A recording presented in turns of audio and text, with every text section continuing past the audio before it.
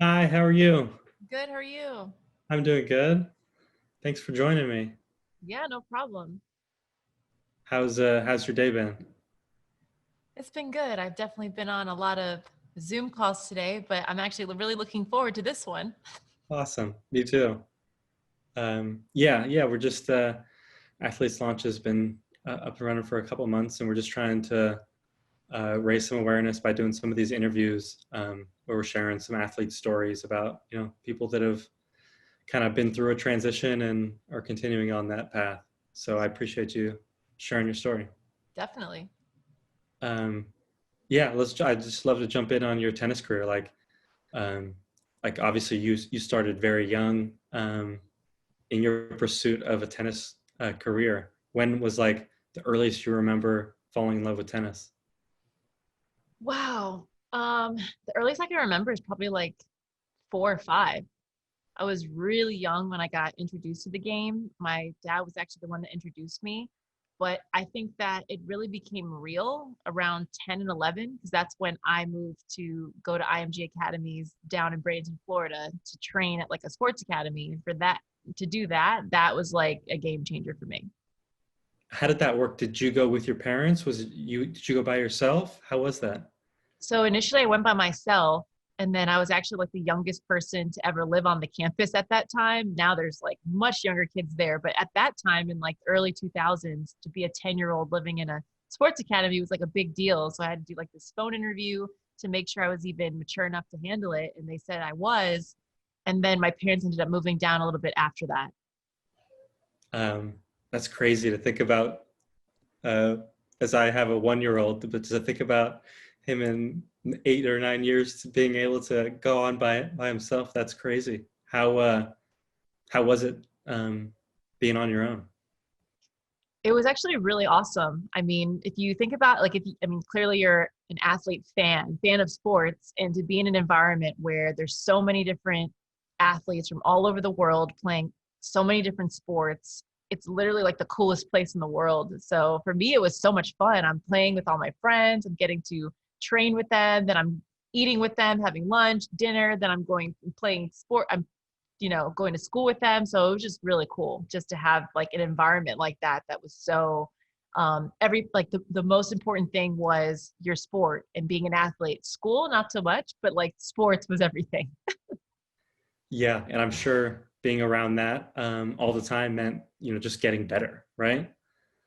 Absolutely. Like the amount of dedication it took, the work ethic, and just being surrounded by so many high performing athletes really rubs off on you. It becomes the way you are. And I think that that's been kind of the coolest thing is after kind of getting out of sports to see those skill sets really transfer. And I'm really thankful for that entire experience. I'm so thankful for it. Yeah. When you were in it down there, and then like even later on, when was like the first time you ever thought about something other than tennis in your life? It's funny you say that because I mean, you asked this question probably to a lot of athletes, and it's so like conflicted because when you're a high performing athlete, they really don't want you focusing on anything other than playing and playing at a high level. But I think that that needs to kind of shift and change because as athletes, mature and move through their careers, they need to have options and need to think of more. And for me, I always knew that I wasn't going to be able to play tennis forever, but I never started thinking about like, what am I going to do next? And I even had like a panic attack once because I was like, if I retire, what am I going to do? I had that like, oh no moment because at that time, I didn't realize a lot of my skill sets and traits and attributes were going to transfer so nicely into working. But at that time, I was like, I don't have any work experience. I've never been on an interview. I've never had a job. I've never been an intern. And like, I had this like epiphany moment, but I really had to take a step back and start looking at everything that I've had to do to be a professional athlete. That is a job. There's a ton of stuff that goes with it. And that really transfers well. So to answer your question, it wasn't until like my early 20s that I started thinking about I started playing pro tournaments at 14. So it wasn't until like my early 20s that I started thinking about like what am I going to do next? And I ended up going into real estate completely unplanned just because I knew that they did well and had an aunt that was doing really well in that. So I went into that, but I definitely could have had more thought and like a plan if I would have thought about it earlier. When you took that first role in real estate, what were some of the things that like came really easy for you? So initially what came really easy was the communication factor, relationship building.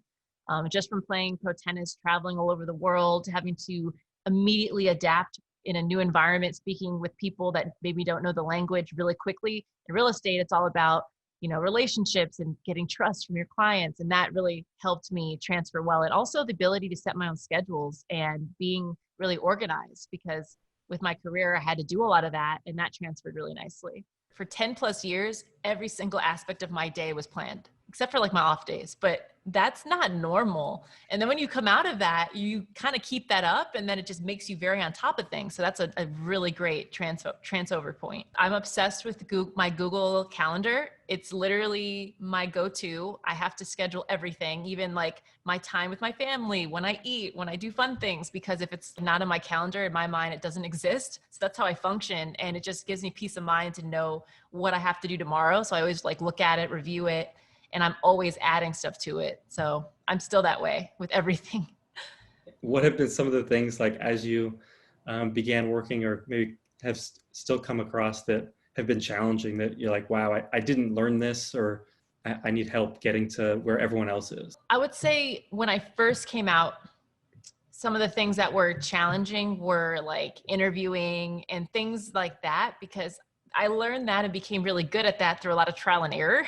But initially, I wish I would have had more guidance around how to take how to take what I was doing as a pro athlete and answer specific interview questions that you get asked with those things. Because initially it's like, tell me about a time where you dealt with an employee that was like this. Like, it's always these questions, and you're like trying to figure out, how do I relate that to what I did? And the person interviewing you, like, they think it's cool you played sports, but they want to know, like, how does it transfer? So I would say for me, that was one thing that it took some time. Other than that, I would say the biggest thing that I'm always like, oh, I wish it was like this in the real world is, with sports, you can put in so much time, so much effort, and you can get a great result from it.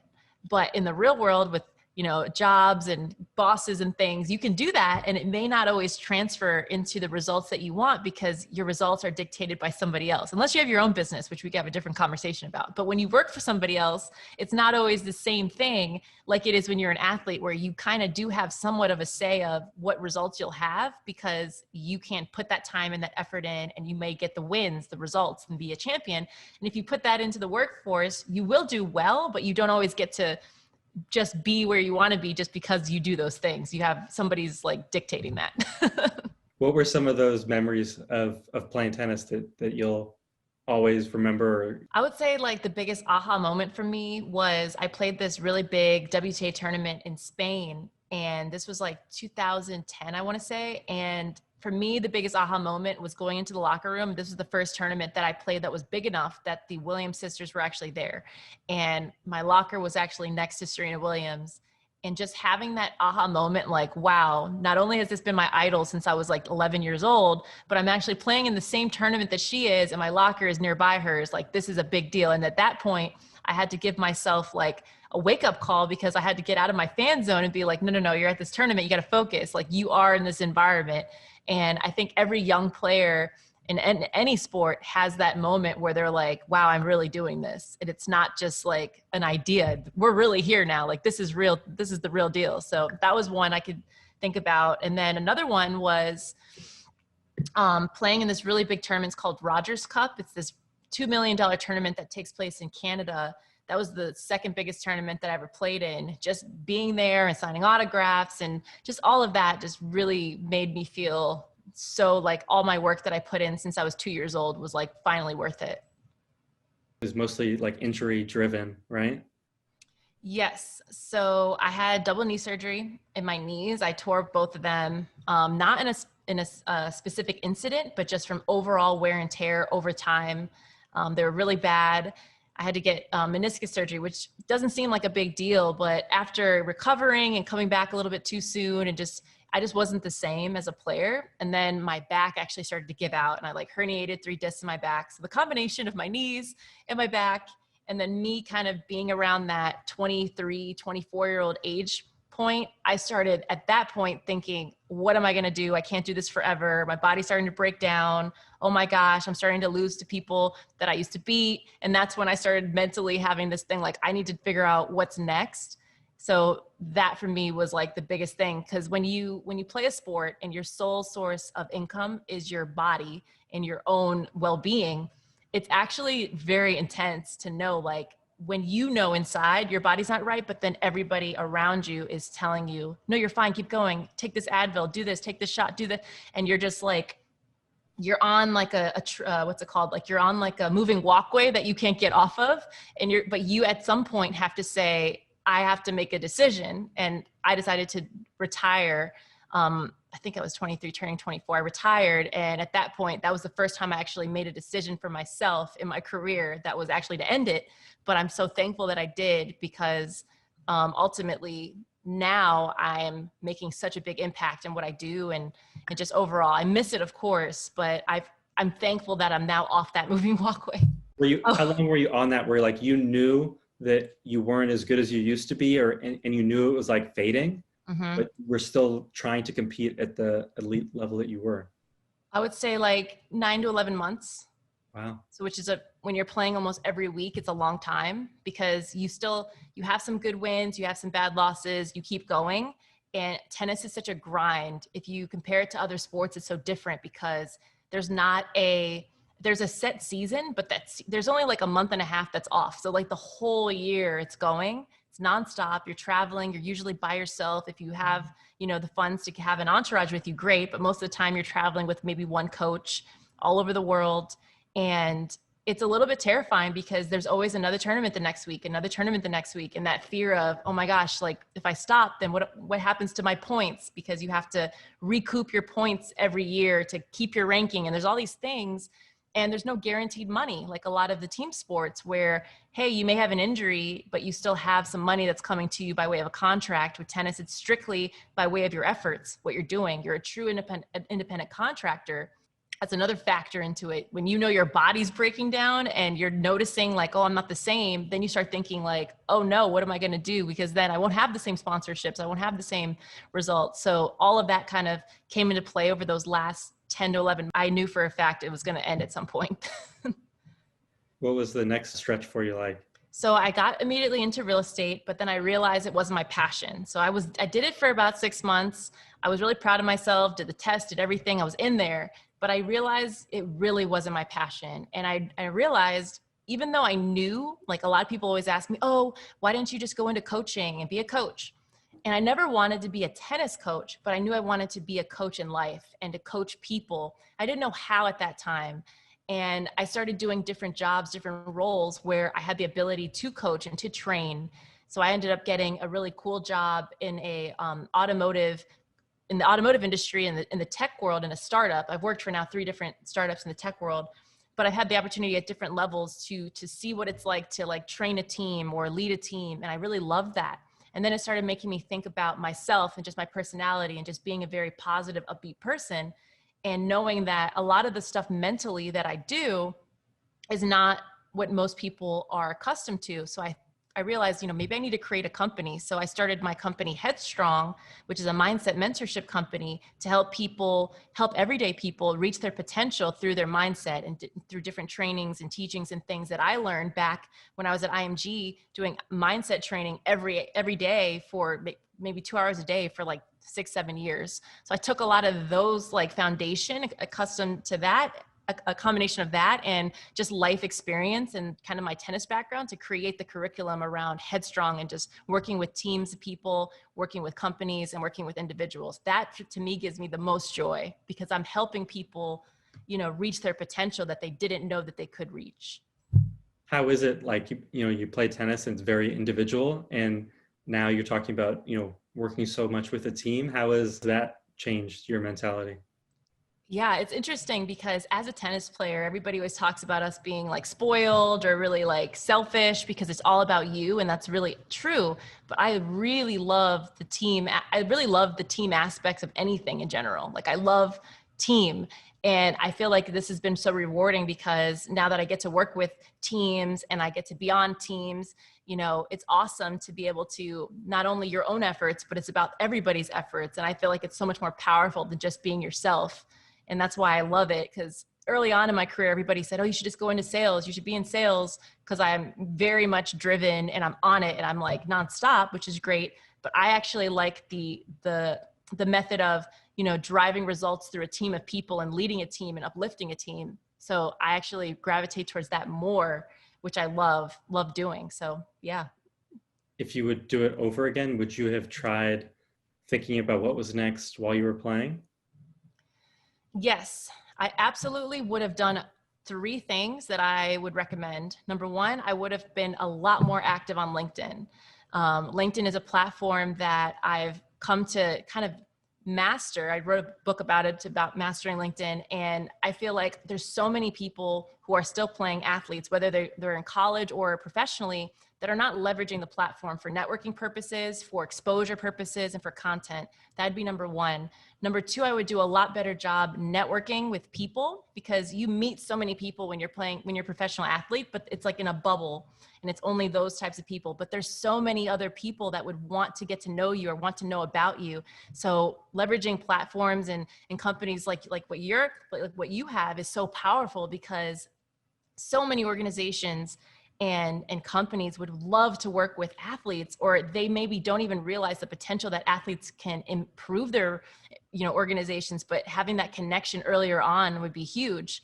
So if I were to do those 2 things, that probably would have helped me leverage that, so that I wouldn't have felt like, oh my gosh, I'm scared once I retire, what am I going to do? At least I would have known that there's certain avenues I could have gone to. And I think that the different federations, whether it be different associations, whether it be the WTA or the ATP, those are the 2 biggest for male and female, should have resources like that, so that players can feel like there are options, because not everybody plays forever. It's impossible.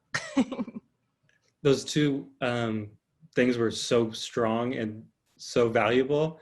You said 3 though. I'd love to hear if there was Oh, a third one. I said 3. I said LinkedIn. I said networking. What was the third? Okay, let me think.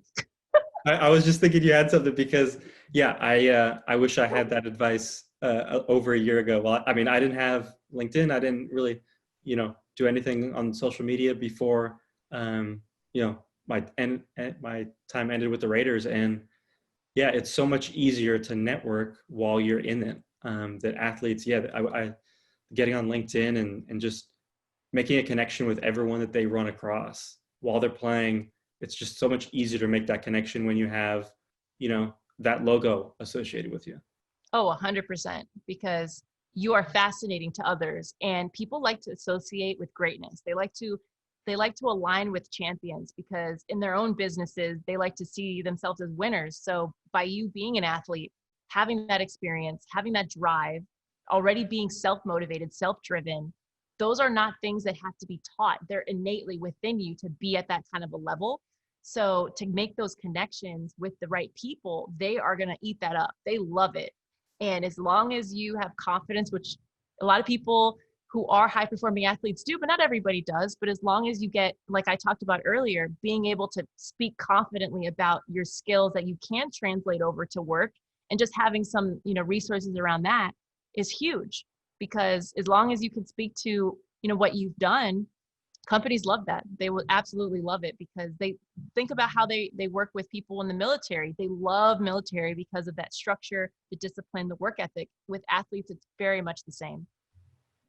That's awesome. Yeah, Yeah. it's that's what we're trying to do. And yeah, it's a challenge because, you know, people need to see it first, but I think little by little it's connecting with people. Yeah, I mean, getting to be a Division I athlete is the top 2% of all high school athletes, and to me, that's a huge accomplishment in itself. Oh yeah. I certainly wasn't able to do anything like that, um, but I can understand the greatness of it. You know, from a person that scouted the top 2% of the top 2%, and Yeah. so yeah, if you're able to do those things, to me, it's like, all right, what else can I train this person to do? Because they didn't know how to play, you know, tennis or football or soccer until they were taught that, but they excelled at it. And so I'm sure they can excel at something else. It's so interesting that you have this company, which I think is awesome, because I've always thought to myself, there needs to be more resources for athletes that are retiring. There need to be more options other than just being a coach. Not saying that being a coach is bad, because being a coach is phenomenal, but there's so many other areas that are not being tapped into because so many athletes don't think that they even have the ability to even get in there, or they don't see themselves doing those things when they could be so much excelling in those other fields. Yeah, I think the coaching piece, a lot of people go into that because one, that's all that they know, right? It's like it's the place where they feel the most comfortable, and it's kind of it's easy. Right. But then a lot of times they just don't get that same level of competitiveness and energy that they did from playing. And for some, it's great because it is allowing them to stay connected to the sport. But yeah, like you said, there's so much more than an athlete can do. Well, thank you, Danielle. Have a good night. I appreciate the time.